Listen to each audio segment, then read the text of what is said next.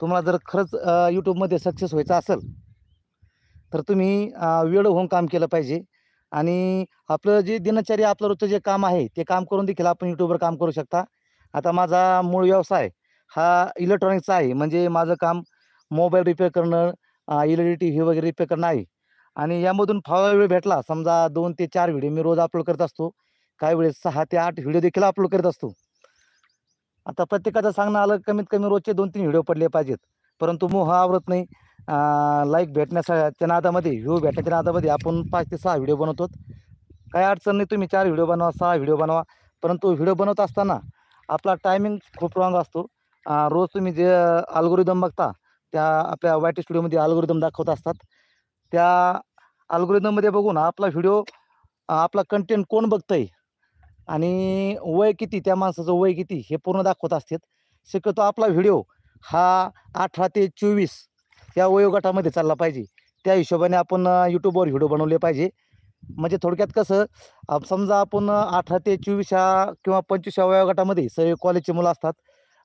एखादा त्यांना short video आवडला, कॉमेडीचा व्हिडिओ असू द्या, एक्सेट्रा एक्सेट्रा, तुमचं काय असेल तो व्हिडिओ आवडला तर ते एकूणाला सेंड करत असतात, शेअर करत असतात. त्याने आपली पब्लिसिटी वाढते. आणि जे 40 ते 60 या वयोगटातील जे माणसं असतात त्यांना शेअर कसं करायचं, लाईक कसं करायचं, सबस्क्राईब कसं करायचं हे माहीत नसतं. परिणामी आपला व्हिडिओ जास्त चलत नसतो. तर आपल्याला जास्त सबस्क्राईब वाढण्यासाठी 18 ते 25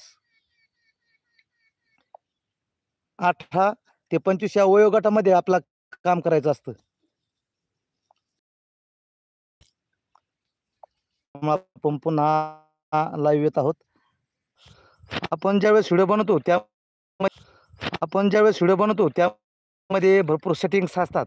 त्यामध्ये विचारलं जातं तुम्हाला लहान मुलांना दाखवायचा किंवा लहान मुलांना नाही दाखवायचा, ती देखील सेटिंग असते काइंड्सच्या नावाने. तर ती देखील आपलं सेटिंग काही नो करावं लागतं. परत आपण व्हिडिओ बनवला तर त्या व्हिडिओचा टायमिंग देखील रात्री 9च्या पुढं व्हिडिओ अपलोड करणे चुकीचं असतं. तर व्ह्यूज भेटत नाहीत. सकाळी 8 ते 10:30 वाजेपर्यंत आपण व्हिडिओ अपलोड करू शकता.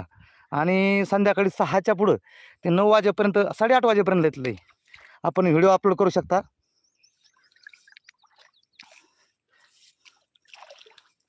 एक मिनटं. आणि जास्तीत जास्त आपण व्हिडिओ बनवताना आपला थंबनेल, आपलं जे आपण ज्या विषयी समजा काही कॉमेडी बनवतात, कॉमेडीचा थंबनेल, काही जण पर्यटन स्थळाचं, काही ठिकाणी कॉमेडीचं, प्रत्येकाचं वेगळं कंटेंट असतं. आपण जे कंटेंट बनवतो त्या कंटेंटला साजेल असा आपण थंबनेल दिला पाहिजे. टायटल देखील खूप छान दिला पाहिजे, जेणेकरून तुमच्याकडं जास्त लोक हे आकर्षित होतील. जेवढे लोक तुमच्याकडे आकर्षित होतील तेवढा तुमचा शॉर्ट व्हिडिओ चालत असतो. शॉर्ट व्हिडिओ चालत असताना त्यामध्ये आपण जे टॅग वापरतो ते टॅग देखील खूप महत्त्वाचे आहेत. भरपूर लोक टॅग लावित नाहीत. टॅग न लावल्यानं आपला व्हिडिओ पब्लिश होत नसतो. तर त्यामध्ये आपण ज्यावेळेस सेटिंग करतो वाय टी स्टुडिओमध्ये, त्यामध्ये टॅग नाव ऑप्शन असतं. ते टॅग ओपन केल्यावरती त्या टॅगमध्ये शॉर्ट व्हिडिओ, परत व्हायरल व्हिडिओ, परत जो वाय टी स्टुडिओ हे टॅग लावायचे असतात, जेणेकरून आपला व्हिडिओ हा व्हायरल होत असतो.